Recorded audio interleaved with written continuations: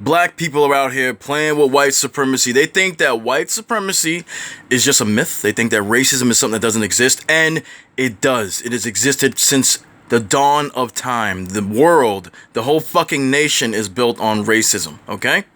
We have idiots like this that befriend the KKK. I mean, it's just absolutely fucking ridiculous. It's crazy. Black people are absolutely insane to believe that they can love the hatred out of someone. It's not going to happen. Now, I want you to see this quote by Martin Luther King. Now, I'm not someone that hates white people or anybody else that's not black. Hell, I love Japanese culture a lot. I love anime and stuff like that. I don't have any problem with white people. I only have a problem with white people who are very hateful. I do have a problem with interracial dating as a whole because I believe that black people need to be together with each other and create more black people and show themselves as much love as these white people show for each other every single fucking day. All right? But this is something that Martin Luther King said. If you guys read it, I'm going to read it again. If we are arrested every day, if we are exploited every day, if we are trampled over every day, don't ever let anyone pull you so low as to hate them. We must use the weapon of love. We must have compassion and understanding for those who hate us. So, how has that been working so far? Because many black people have gone with this notion and it hasn't gotten them anywhere. It's actually gotten them fucking killed. It's gotten them beaten. It's gotten black women raped. It's gotten us no fucking where. Integration was a very terrible idea. Even Martin Luther King himself that wrote this quote, that said this quote, even he understood near the end of his life that this was wrong to integrate. Because when we integrated, we lost our own identities and gained the identities of our enemies and let them dictate to us what we can and cannot do and what is right and what is wrong. Now there's a book here and it says, well, it's called, let me just say it's called Me and White Supremacy. Combat Racism, Change the World, and Become a Good Ancestor. This is written by a black woman by the name of Layla F. Saad. I can't pronounce her last name. Yeah, I was about to say black name. That's kind of fucked up. I'm sorry about that, guys, but yeah, this book, they've been talking about this for a couple of months now, and some people are saying, can this book actually change racism? Let me answer that question for you. There isn't a book in this fucking world, not even the Bible, that can change racism, because people have it in their mind, in their heart, to have this hatred, and only they can be the change. I'm not going to be the person that sits around and waits another fucking 100 years, because I don't have that long on this earth, for these people to stop doing what they're doing. There are people out here literally killing you just because you are not like them. There are literally people out here, and we know who they are, who are killing you because they see that their whole lineage, their whole fucking existence is in dire threat right now. Their lives are about to be over. So they are angry, they are lashing out, they want to kill you because they know that their time is up. If you are black and you believe that racism doesn't exist and that these people love you and that it's okay for you to love, I'm not telling you to hate them, but if it's okay for you to give all your love to them over your own people as a black person, you are a clown, you are an idiot, you are sadly misguided and foolish. These people every day, I've said it time and time again, I'm going to say it again and again and again and again. These people always show you that they hate you. They always show you. That's not to say that there are some of them out here that are not good people, but there's very few and far between from what I've seen. The majority of these motherfuckers, they hate your ass. They can't stand you. You can see from this picture right there. I'm not going to say, these are their words, not mine. Okay? These are people that have no problem sporting the Confederate flag, raising that flag as high as they can. You know why they love the Confederate flag? Because under the Confederation, that's where slavery took place. They want you as their slaves. Some of them and most of them don't want you even to exist at all. They want black women just to have sex with as a sex toy, as a slave. They want black men dead. These are the people who fed black children to crocodiles and alligators as bait. As I said before, these are the people who would stalk the nights and take black men out of their homes and beat them and lynch them and have parties lynching a man to death, hanging him from a tree and taking photos of it proudly. These are people that burn the cross when they brought Christianity to you. But they burn the fucking cross, don't even believe in what they fucking teach you. Okay? So miss me with the bullshit about these motherfuckers are worth your love over your own fucking people. I'm not trying to hear it.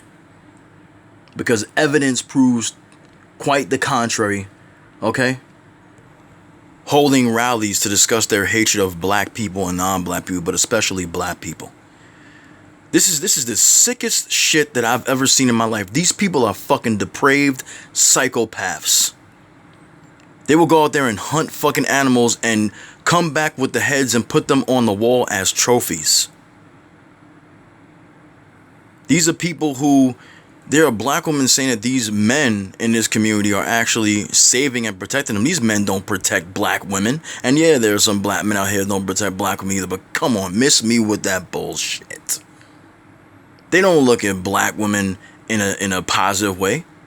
They look at black women in a negative way. Yeah, we got some dumbasses in this black community, black men that do this shit. But I'm talking about the ones that these swirlers say are the best men on the planet when they're not. Okay? These are the men that look at you as they cast black women as prostitutes back in the day. They have a already ingrained mindset about what the black woman is to them. And it damn sure ain't coming close to what they think of a white woman. I can promise you that. Stereotypes for years when it came to black people with big lips, dark, looked at us as ugly, lazy. You got this character from a show called Drawn Together that came out a while back on Comedy Central.